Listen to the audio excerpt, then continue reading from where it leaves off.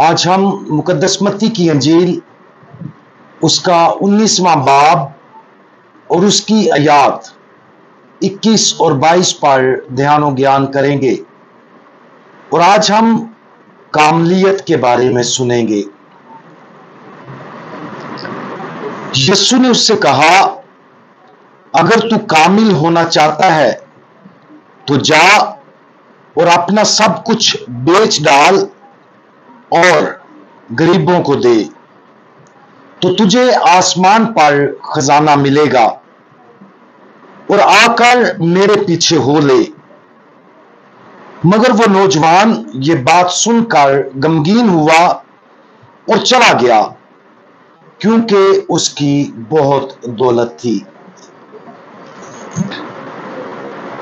یہ اس بات چیت کا نتیجہ ہے جو خداوند یسوع مسیح نے ایک امیر شخص کے ساتھ کی تھی، جو خداوند یسوع مسیح کے پاس آیا تھا اور پوچھا، آئے استاد، میں کون سی نیکی کروں تاکہ ابدی زندگی پاؤں؟ خداوند یسوع مسیح نے اسے حکموں پر عمل کرنے کو کہا۔ نوجوان نے کہا کہ وہ اپنی جوانی سے ایسا کر رہا ہے اور جاننا چاہتا تھا کہ وہ اور کیا کر سکتا ہے۔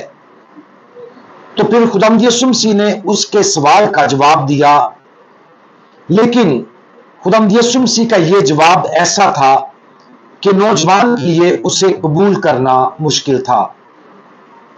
اگر تو کامل ہونا چاہتا ہے تو جا اور اپنا سب کچھ بیچ ڈال اور غریبوں کو دے، تو تجھے آسمان پر خزانہ ملے گا، اور آ کر میرے پیچھے ہو لے۔ آج ہم اپنے آپ سے سوال کریں کہ کیا ہم کامل بننا چاہتے ہیں؟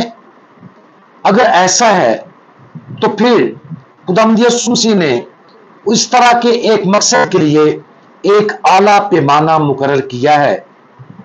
ایسا لگتا ہے کہ مسیح کے بہت سے پیروکار صرف ٹھیک ہونے کی حد تک ٹھیک ہیں۔ دوسرے لفظوں میں ایسا لگتا ہے کہ ایسا شخص ملنا نایاب ہے جو پورے دل سے کاملیت کو حاصل کرنا چاہتا ہے۔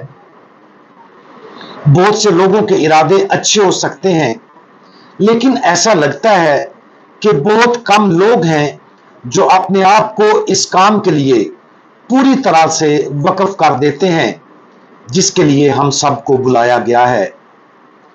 یہ نوٹ کرنا دلچسپ ہے کہ اس امیر شخص کے لیے خداوند یسوع مسیح کے ابتدائی رد عمل نے ابدی زندگی میں داخل ہونے کے تقاضوں کی وضاحت کی، یعنی بہشت حاصل کرنے کے لیے سب سے آسان طریقہ۔ سیدھے الفاظ میں خداوند یسوع مسیح نے کہا، اگر ہم احکام پر عمل کرتے ہوئے گناہوں سے دور رہیں تو ہم ہمیشہ کی زندگی کے وارث ہوں گے۔ یقیناً اس سے یہ بھی اندازہ ہوتا ہے کہ ہمارے پاس ایمان کا تحفہ ہے، اور اس طرح ہم نجات کے تحفے کے لیے کھلے ہیں۔ تو کیا ہم اسی سے مطمئن ہیں؟ کیا ہم بہشت میں جانے کے لیے کم سے کام کرنے سے مطمئن ہیں؟ کاملیت کو حاصل کرنے کا خیال ہماری سوچ سے باہر دکھائی دے سکتا ہے۔ اکثر ہم سوچ سکتے ہیں ہم صرف انسان ہیں، لیکن ایک انسان کے طور پر ہمیں خدا نے بلایا ہے، اور ہمیں دعوت دی گئی ہے کہ ہم زیادہ سے زیادہ پاکیزگی کے حصول کے لیے کام کریں۔ اگرچہ ہم میں کمزوریاں ہوں گی، اس کے باوجود جتنا ہو سکے ہمیں کامل اور پاکیزہ بننے کی کوشش کرنی چاہیے۔